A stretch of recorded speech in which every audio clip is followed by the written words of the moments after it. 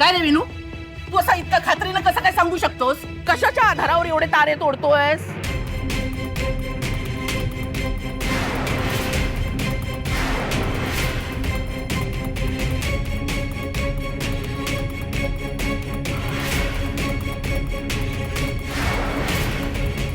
ह्याच्या आधारावर हा बघा गोप, ज्याच्यावरनं तुम्ही सगळे वहिनींना छळताय ना, तोच बघा बघा बघा. विनू, तुझ्याकडे हा गोप कसा आला?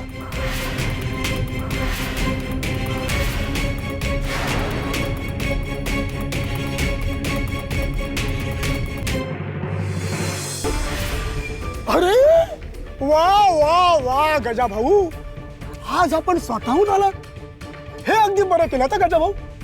नाहीतर तुमच्या स्वागतासाठी माणसं पाठवणारच होतो. ए जन्या, मी शब्द दिला ना की पाळतो. माझा शब्द म्हणजे खात्री. हे घे.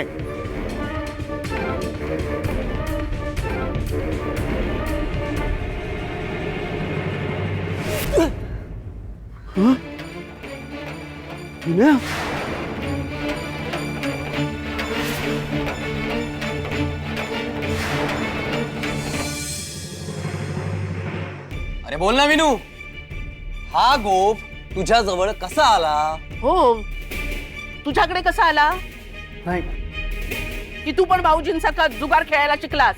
नाही, हा हा गोप मला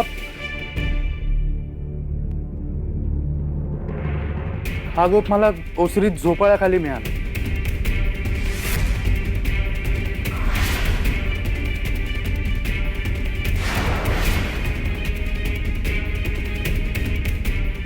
कदाचित शंभू खेळत असताना पडला असेल. हे घे ताई.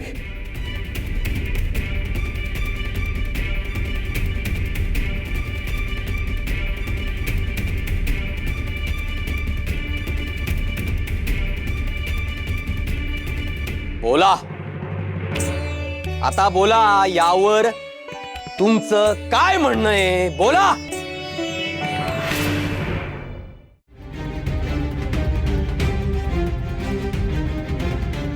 यमुना ताई,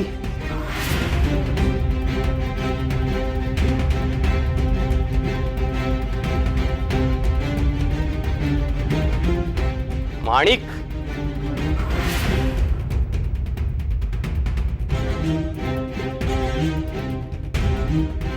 अरे बोला.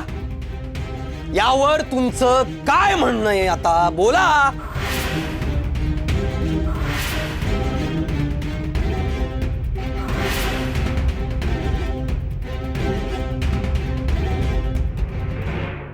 साहुकार, अहो कोणावर विश्वास ठेवताय तुम्ही?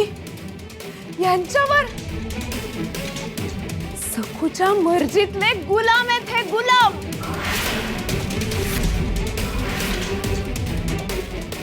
तिच्यासाठी काहीही करतील. सखूने चुपचाप तिच्या माहेरच्या वैद्यांकडे नेऊन देण्यासाठी हा गोफ तिच्या लाडक्या विनू भाऊजींकडे दिला असणार. आणि अचानक भाजी पलटली.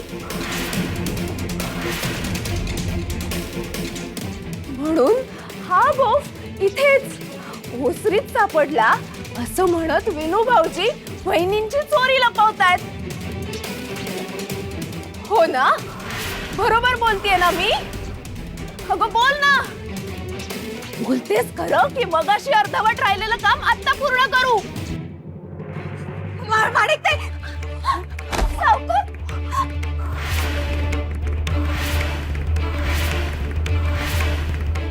अगं माणूस आहेस की जनावर तू?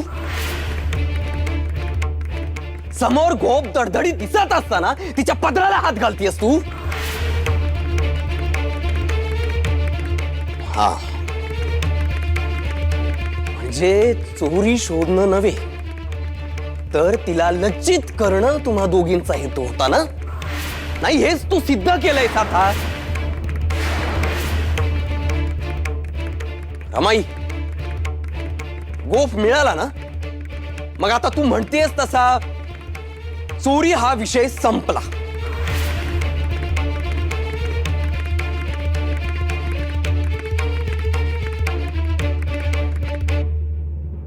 आता या दोघींकडे मी बघतो.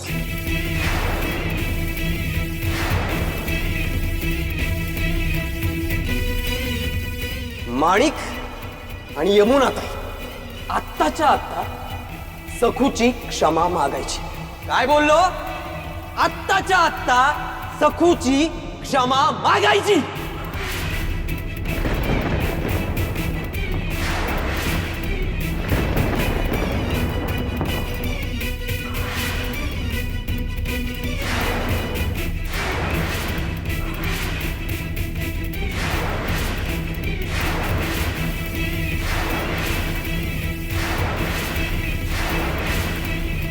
अरे मी काय म्हणते दिगू, जाऊ दे ना आता. असं कसा जाऊ दे रमाई? गोप समोर असून ही तिच्या अंगावर गेलीच ना, तिने नाही सोडलं, मग मला का सोडायला सांगतेस? रमाई आता तू मध्ये बोलायचं नाही.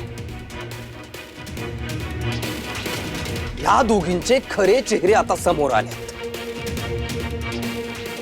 आपल्या सारख्याच एका शालीनबाईची लाज उघडी करायला चालल्या होत्या ना या. यांना शिक्षा तर व्हायलाच हवी, म्हणजे पुन्हा असं वागणार नाही त्या.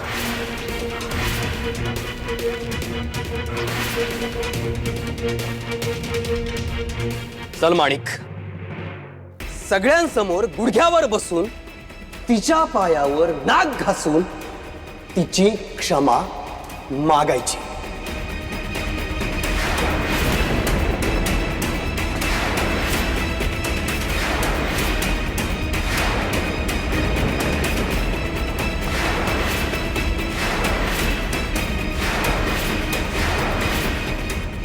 आणि जर तू माझा शब्द मोडलास तर तुला मी आत्ता या क्षणी या घरातून हाकलून देईन.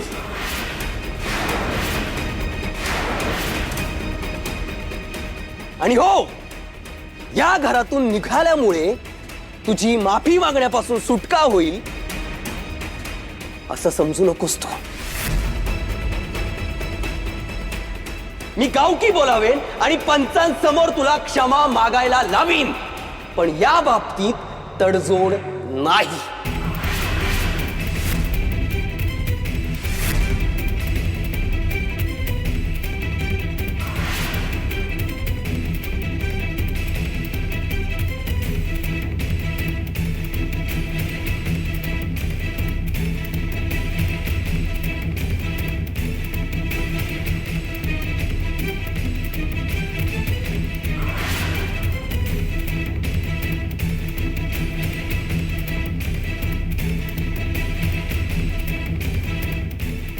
मी काय बोललोय ऐकलंस ना ताई?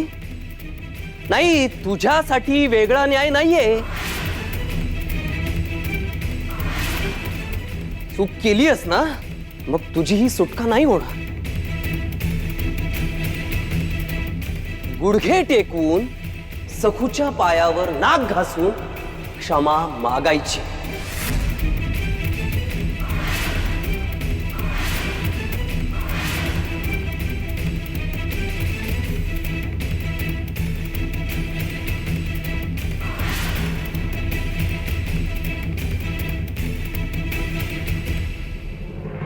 मी क्षमा मागते. मी काय बोललो?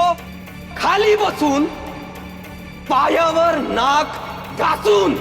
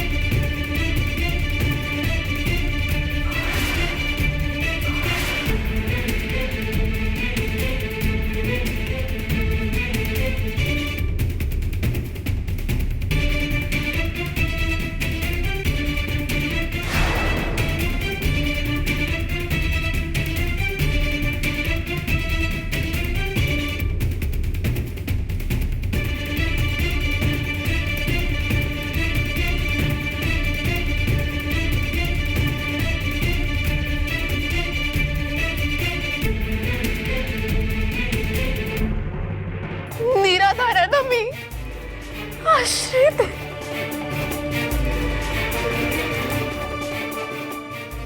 दिगू म्हणेल तसं करावंच लागेल.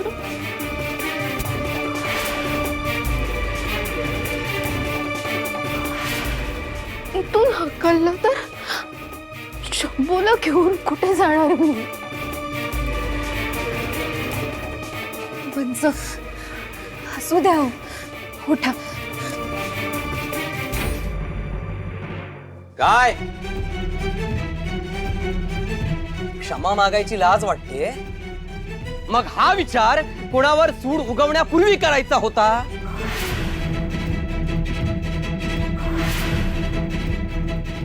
हल्ला करण्यासाठी तर मोठा उत्साह संचारला होता तुझ्या अंगात. मग आता अंग चोरू नकोस. सगळ्यांसमोर तिची क्षमा मागायची.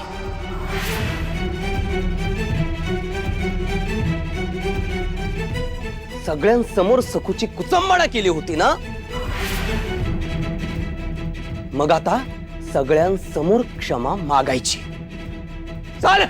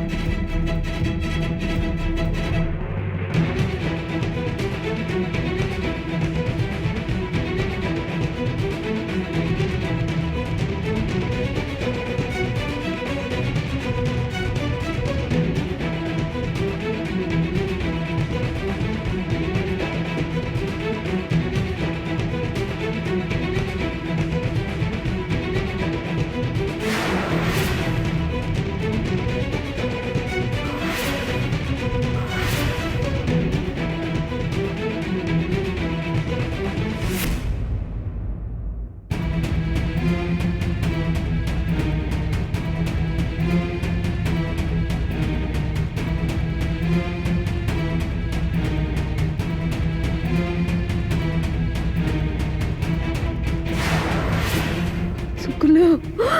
क्षमा. चुकलं.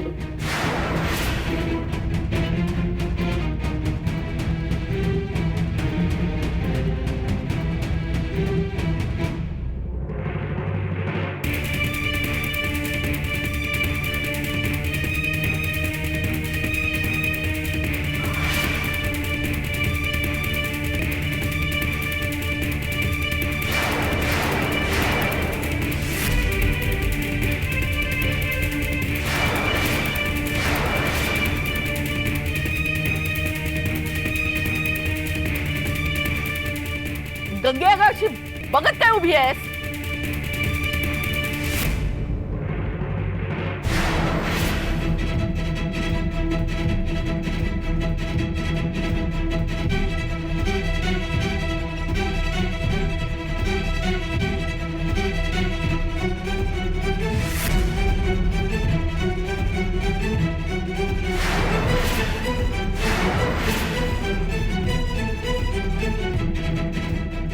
आता ही आलीये म्हणजे ही गावभर करणार.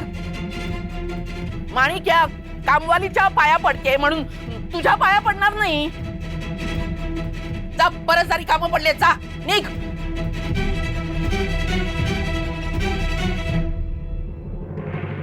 माणिक ते उठा. हसू द्या हो. उठा.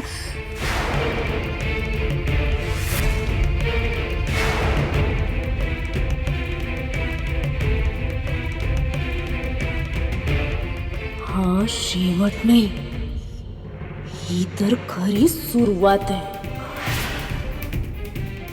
आयुष्यभरासाठी हा अपमान मी माझ्या काळजावर कोरून ठेवणार आहे. ह्या अपमानाचा बदला मी पुरेपूर घेईन आणि तोही सगळ्यांच्या समोर.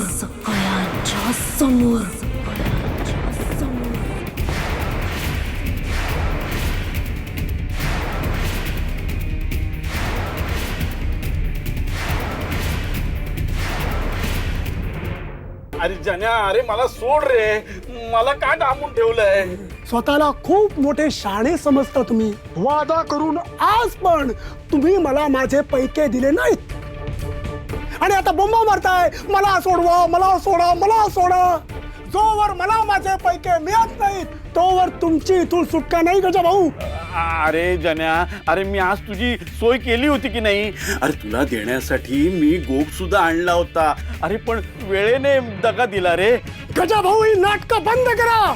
मनोरमा बाईंसमोर घरात घुसून दंगा करीन मी, सांगतो.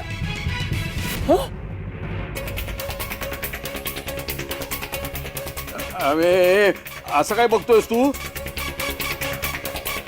मी तुला अजिबात देणार नाहीये. द्या हा गोप मला द्या. आणा. अरे द्या काय द्या? अरे भारी किमतीचा आहे तो. तुझा देण्या लागतो ना त्याच्या कितीतरी पटीने जास्त आहे तो. तुला का देऊ? द्यावंच लागेल, नाहीतर वाड्यात घुसून दंगा करेन. आत्ताच चला रे, चला. अरे नको रे बाबा, नको. त्याच्यापेक्षा माझे पैके जास्त गेलेले मला परवडतील. पण त्या वाड्यावर आपल्या तमाशा नको रे. बरं घे घे घे घे. तुझ्याकडून घेतलेल्या पैक्यांपेक्षा 10 पटीने तो जास्त आहे, कळलं का? आणि आता पुन्हा माझ्या मागे लागायचं नाही, बरं का? नाही ना, अजिबात नाही. ए सोडा ना, सोडा सोडा. तुझा बाप आहे रे मी, मला अडकवतोयस? गजा भाऊ, तुम्ही जा, जा, जा. आगाग होतीये, अंगाची नुसती आगाग होतीये, जळफळाट होतोय. आजपर्यंत माझा इतका भयंकर अपमान कधीच झाला नव्हता. मी कुणाच्याच पायावर नाक घातलं नव्हतं, गुडघ्यावर बसले नव्हते.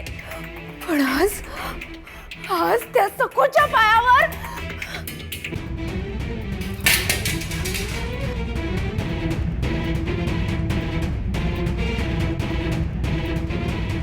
आता इथे पदोपदी असाच अपमान सहन करण्याची तयारी ठेव. का? अशी का तयारी ठेवू मी? मग बघितलं नाहीस ती सखू कशी गारुड करते ते? अगं, जो दिगू त्या सखूचा राग राग करायचा तो कसा एका क्षणात पलटला. नुसती त्या सखूची बाजू घेऊन आपल्याशी भांडला नाही, आपल्यावरच उलटला. अगं, आपल्याला त्या सखूच्या फळावरती नाक घासायला लावलं. माझं काय ग? माझं सोड.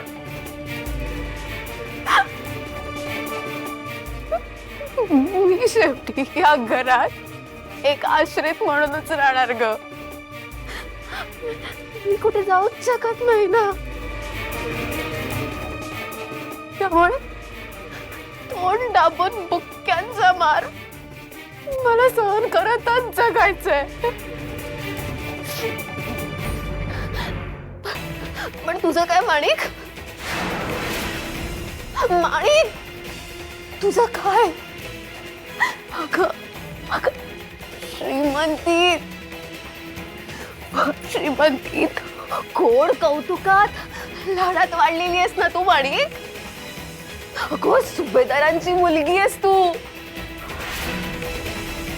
मला नाही वाटत त्यांनी कधी तुला हात लावला असेल. आणि सोन्याचा चमचा तोंडात घेऊन जन्माला आलेल्या राजकन्येला त्या गंगी सारख्या कामवाली समोर ही अशी वेळ यावी?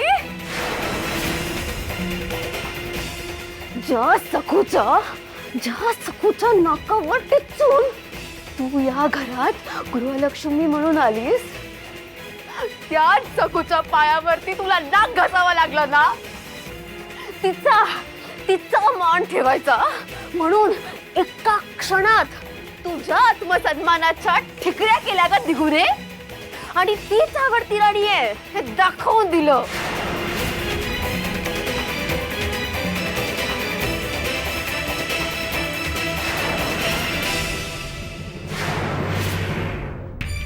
विठुराया, माणिकताईंना अहोंने नाक घासून माझी क्षमा मागायला लावली. हे त्यांच्या जीवाला फार लागलं रे. हो ना, म्हणजे मलाच खूप अवघडल्यासारखं झालं.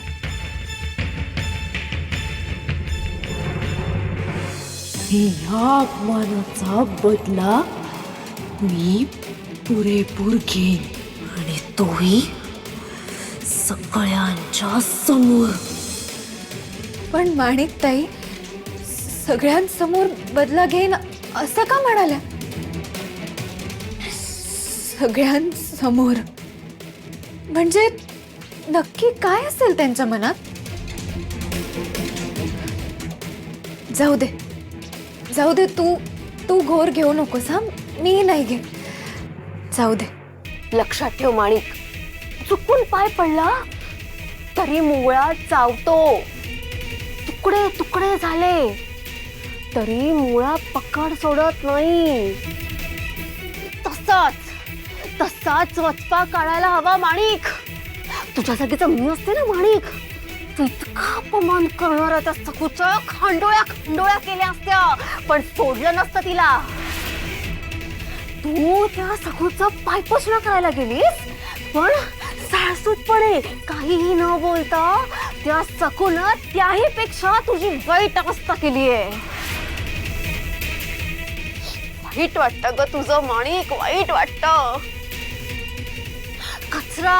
कचरा केला ग तुझा माणिक, कचरा केला. अगं रमाई सारखी भक्कम सासू तुझ्या बाजूनी असतानाही तू हरलीस ग माणिक, तू हरलीस तू माणिक, हरलीस तू. नाही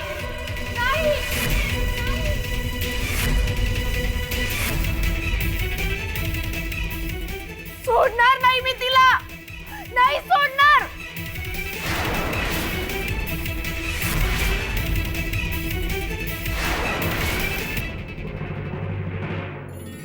आज तू अगदी योग्य क्षणी धावून आलास. खरंच रे, माझी लाज राखलीस तू. किती आभार मानू तुझे, किती आभार मानू. तू मला विटंबनेतून वाचवलंस. मी खूप खूप घाबरले होते रे. मेल्याहून मेल्यासारखं झालं होतं. असं वाटत होतं सगळं संपलंय. पण तू आलास, तू धावून आलास. आणि आहो पण कसे झाले होते ना. आणि हा, आहोंनी दिली तशी माणिकताईंना आणखीन शिक्षा देऊ नकोस. झालं तेवढं पुरे. एवढं ऐकशील ना माझं?